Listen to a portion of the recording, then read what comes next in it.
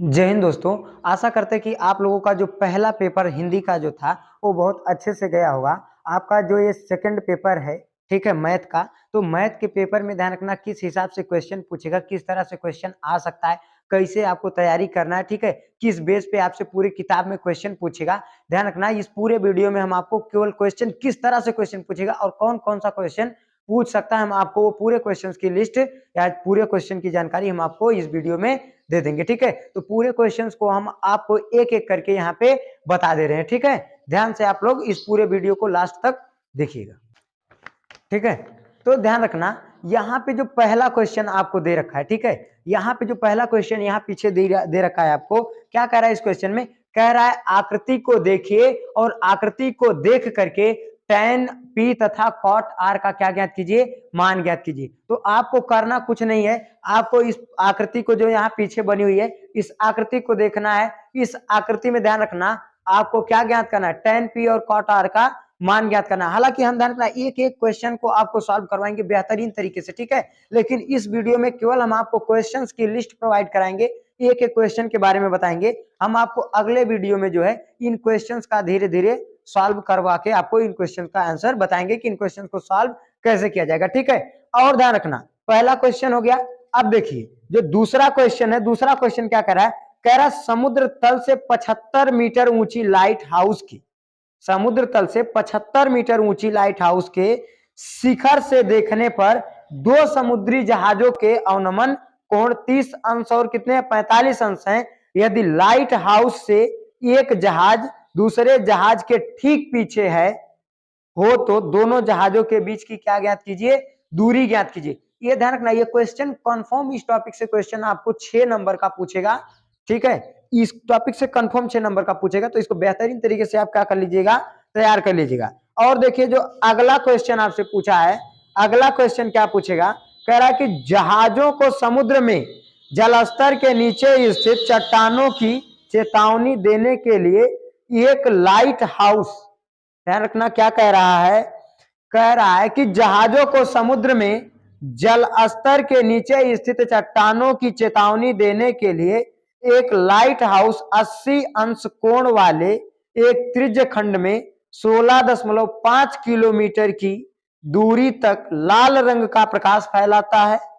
समुद्र के उस भाग का क्षेत्रफल ज्ञात कीजिए जिसमें जहाजों को चेतावनी दी जा सकती है। ठीक है, या दी जा सके। तो आपको क्वेश्चन एक एक करके देखो, सभी क्वेश्चन हम आपको बता रहे हैं। ठीक है, और देखो टोटल ज्यादा क्वेश्चन नहीं आपको है, टोटल क्वेश्चन जो आपको बताना 20 क्वेश्चन बताना, और इन्हीं 20 क्वेश्चन से आपका पूरा का पूरा पेपर बनेगा। ये याद रखिए, इन्हीं 20 क्वेश्चन से ही आपका पूरा का पूरा पेपर बना ही बनेगा। अगर आपको यकीन नहीं है तो आप इसको लिख करके रख लीजिए एक जगह पे, एक कंफर्म इन्हीं से ही क्वेश्चन आपके आएंगे।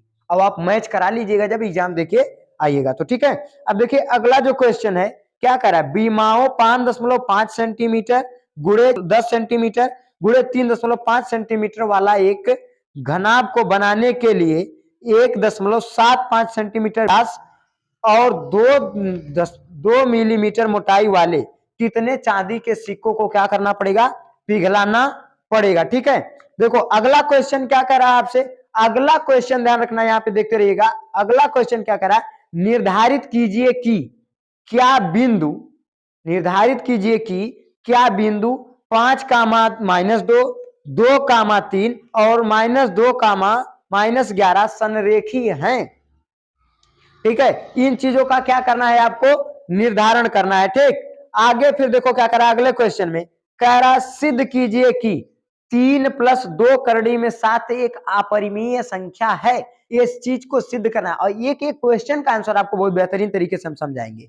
ठीक है, आगे देखो अगले क्वेश्चन में क्या कर रहा है, जांच कीजिए कि क्या निम्न द्विघात समीकरण है। यहां आपको कुछ नीचे समीकरण दे रखा है, आपको जांच करके बताना है कि क्या ये समीकरण जो दिया है ये वास्तव में द्विघात समीकरण है या नहीं। ठीक है, आगे देखते हैं हम लोग अगले क्वेश्चन में क्या कह रहा है, ध्यान रखना अगले क्वेश्चन में कह रहा है कि वह एपी ज्ञात कीजिए जिसका तीसरा पद 16 है और सातवां पद कितना है, 5वें पद से 12 अधिक। ध्यान रखना तीसरा पद 16 दे रखा है और 7वां पद 5वें पद से कितना अधिक है, 12 अधिक है। बेहतरीन तरीके से ध्यान रखना, हर एक चीज आपको बताई जाएगी। अगला क्वेश्चन देखिए क्या करा है, एक द्विघात बहुपद ज्ञात कीजिए जिसके शून्यकों के योग तथा गुणनफल क्रमशः दी गई संख्याएं हैं। नीचे आपको ध्यान रखना, कुछ ध्यान रखना, संख्याएं दी गई है, इनसे ध्यान रखना, इनके शून्यकों का योग और गुणनफल दोनों आपको दे रखा है यहाँ पे, और इनसे आपको क्या बनाना है, समीकरण बनाना है। समीकरण कैसे बनाओगे, बहुत आसान तरीके से आपको समझा देंगे, ठीक है। आगे देखो क्या कर रहा है, 10वें क्वेश्चन में कह रहा है कि 2x प्लस 3y बराबर 11 और 2x माइनस 4y बराबर माइनस 24 को हल कीजिए, ठीक, और यम का वह मान ज्ञात कीजिए जिसके लिए y बराबर यम x प्लस क्या हो, 3 हो। ये भी क्वेश्चन ध्यान रखना, बहुत कठिन है, बहुत आसान क्वेश्चन है। जब आप विलोपन विधि से इस समीकरण को सॉल्व करेंगे तो x और y का मान निकल जाएगा, यहाँ पे आप रखोगे यम का मान निकल जाएगा, ठीक है। ये भी चीज आपको बहुत अच्छे से बताया जाएगा। आगे देखो, क्वेश्चंस बहुत इंपॉर्टेंट है, इन क्वेश्चन को तो आप बहुत पूरा रट ही लीजिएगा, क्योंकि इन्हीं क्वेश्चन से आपके पूरा पेपर बनेगा, ठीक है। आगे देखो क्या करा है, एक भिन्न का अंश उसके हर से 3 कम है, यदि अंश और हर दोनों में 2 जोड़ दिया जाता है तो नई भिन्न तथा मूल भिन्न का योग 29 बटे कितना हो जाता है, 20 हो जाता है। मूल भिन्न ज्ञात कीजिए, ठीक है। एक एक क्वेश्चन बढ़िया तरीके से देखो, आपको यहाँ सब क्वेश्चन एक एक करके दे रहा है यहाँ पे, ठीक है। आगे अगले क्वेश्चन में ध्यान रखना क्या कह रहा है आपसे, अगले क्वेश्चन में आपसे देखो क्या कह रहा है, अगले क्वेश्चन में आपसे कहा है कि बिंदुओं, कह रहा है कि बिंदुओं -2, 2 और बिंदु बी 2, 8 को जोड़ने वाले रेखाखंड AB को 4 बराबर भागों में विभाजित करने वाले बिंदुओं का क्या ज्ञात कीजिए, निर्देशांक ज्ञात कीजिए। आप याद रखना है, बहुत बढ़िया से ये के क्वेश्चन को आप तैयार कर लेना डीपली, क्योंकि बहुत जरूरी क्वेश्चन है, ठीक है।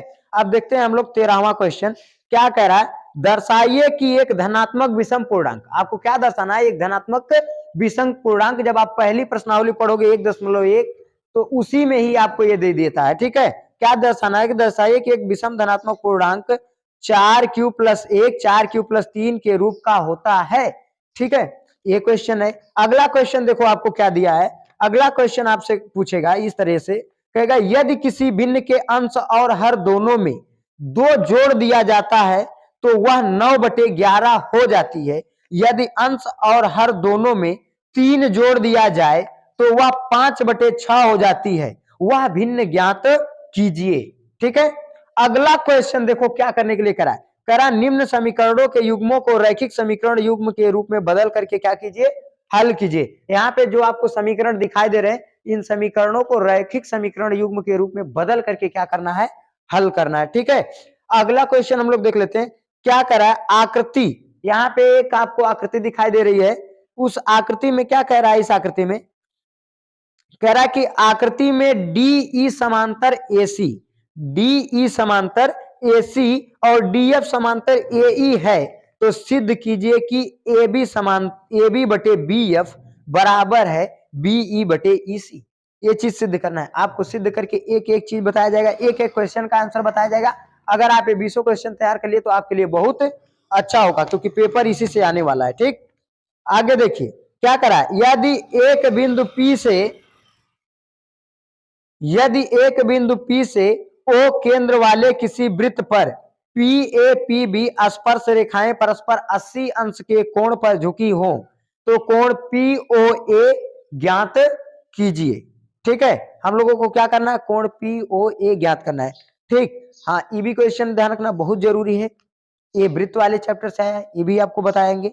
फिर देखो क्या करा है, निम्नलिखित बारंबारता बंटन किसी मोहल्ले के 68 उपभोक्ताओं की बिजली की मासिक खपत दर्शाता है, इन आंकड़ों के माध्यक माध्य और बहुलक ज्ञात कीजिए। ये भी जो क्वेश्चन है बहुत ही इंपॉर्टेंट क्वेश्चन है, ध्यान रखना, बहुत बढ़िया तरीके से तैयार कर लेना, क्योंकि माध्य माध्यक बहुलक इससे आपको क्वेश्चन पूछता ही पूछता है, तो आप इसको तैयार कर लीजिए, चाहे आपसे माध्यक पूछेगा चाहे बहुलक पूछेगा, तो आप बढ़िया से इसको अगर तैयार कर लिए हैं तब आपका ध्यान रखना बहुत अच्छे से कंप्लीट है, ठीक। अगला देखो क्या करा है, किसी कारण 12 खराब पेन 132 अच्छे पेनों में मिल गए हैं, केवल यह देखकर नहीं बताया जा सकता है कि कोई पेन खराब है या अच्छा, इस मिश्रण में से एक पेन यादृच्छा निकाला जाता है, निकाले गए पेन की अच्छा होने की प्रायिकता ज्ञात कीजिए। ये भी ध्यान रखना, प्रायिकता से क्वेश्चन है, ये भी 2-3 नंबर वाले में पूछता है, 2 नंबर या 1 नंबर वाले में आपसे